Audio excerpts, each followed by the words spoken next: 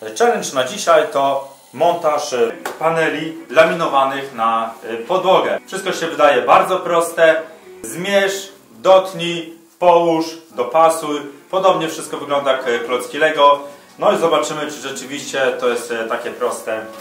Do montażu paneli laminowanych zakupiłem gilotynę. Panela laminowana to jest miękki materiał, w związku z tym nie muszę tutaj używać żadnej piły elektrycznej, chociaż też może być gilotyna, wtedy będzie wszystko ładnie, równo obcięte. Również zakupiłem specjalny zestaw montażowy. Tu mamy kliny, jest jeden dobijak i jest również drugi dobijak, który ma tutaj wyprofilowaną wnękę, żeby nie uszkodzić zamka w panelu. Oczywiście jeszcze dokupiłem tutaj podkład pod panele. Wiele jest rodzajów podkładów pod panele, które można znaleźć w sklepach. Ja wybrałem akurat najprostsze rozwiązanie. Panele podłogowe zakupiłem, odczekałem 48 godzin po to, żeby te panele oddały wilgoć. No natomiast moje pytanie jest takie, jak to ma oddać wilgoć, skoro jest zafoliowane? Przed położeniem paneli sprawdziłem, czy podłoga jest równa. Jest równa, w związku z tym spokojnie zabieramy się do roboty. Już chciałem panele układać, ale przypomniała mi się jeszcze jedna rzecz. Zanim rozpoczniemy montaż, muszę dokonać dwóch obliczeń. Po pierwsze, ile rzędów będzie tych paneli od ściany jednej do ściany drugiej.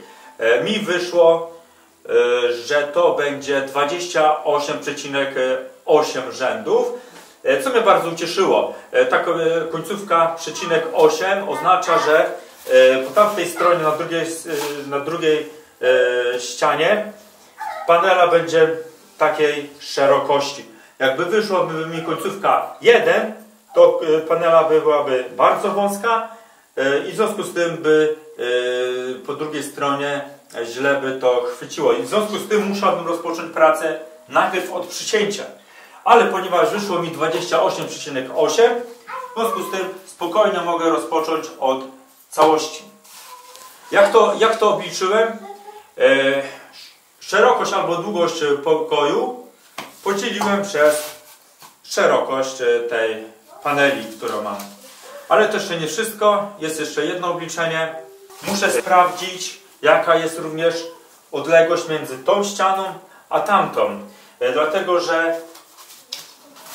że końcówka paneli nie może być mniejsza niż 40 cm.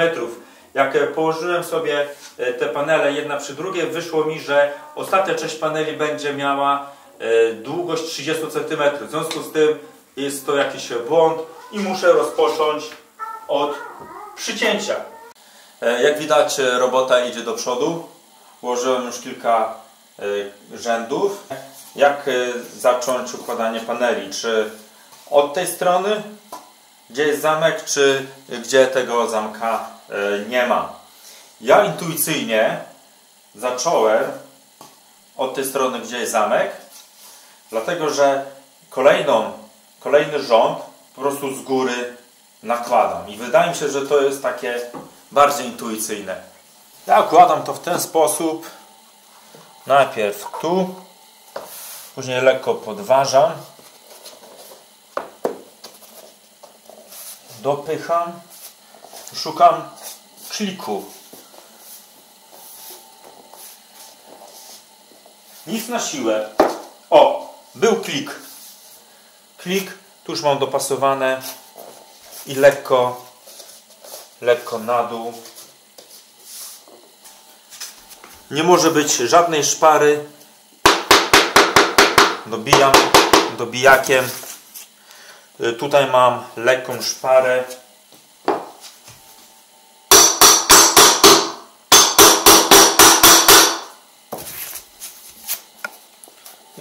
Tutaj cały czas odstaje. Widać, że tu są szpary. Trzeba po prostu lekko dobić.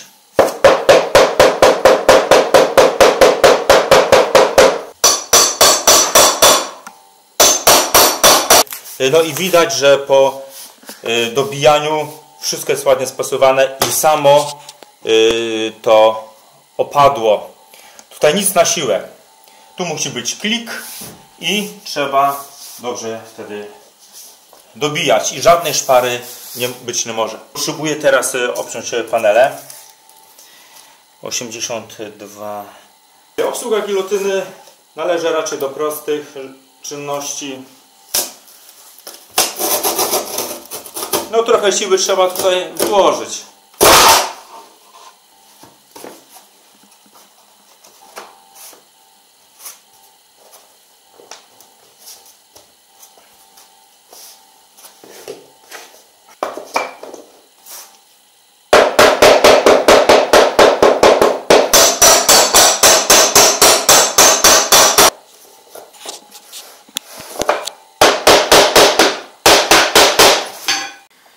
Jak widać, praca zbliża się do końca.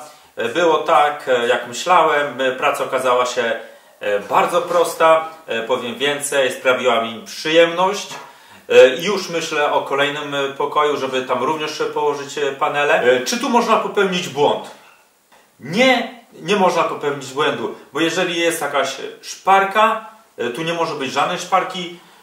Biorę dobijak, dobijam z tej strony, bądź z tej strony, w zależności gdzie jest ta szparka, a jeżeli muszę dobić tam przy ścianie, to zahaczam i również dobijam. Błąd by polegał wtedy na tym, jakby ktoś nie zauważył szparki. Ale jeżeli zauważy szparę, to tą szparę można zlikwidować i tutaj po prostu nie ma możliwości popełnienia błędu. W związku z tym jest to praca prosta i może ją wykonać osoba, która jeszcze nigdy w życiu tej paneli nie układała i nawet jak będzie układała ją za pierwszym razem, sobie z tym zadaniem poradzi. Dodatkowo mi się podoba to, że mogłem przestawić meble z jednej strony na drugą i tam gdzie położyłem panele, meble również położyłem już na te panele, nic się złego po prostu nie staje. Problem jest w czasie. 20 m2 w tym pokoju zajęło mi około 16-17 godzin. Do tego jeszcze trzeba doliczyć czas na montaż listew przypodłogowych, co też zajmie 2-3 godziny. W związku z tym jest to praca łatwa, ale bardzo, bardzo czasochłonna. Najlepiej zarezerwować sobie czas na 2 popołudnia, na 2 dni. No i jeszcze do tego bolą lędźwie. Praca jest cały czas na klęczkach i te lędźwie są nadwyrężone. Jeżeli chodzi o poziom trudności, temu zadaniu daję punktów 4. Dałbym mniej, bo praca jest naprawdę trywialnie prosta i tutaj błędów raczej nie można popełnić. Natomiast ze względu na ten długi czas pracy podwyższam ten poziom trudności i daję ocenę 4. Dziękuję.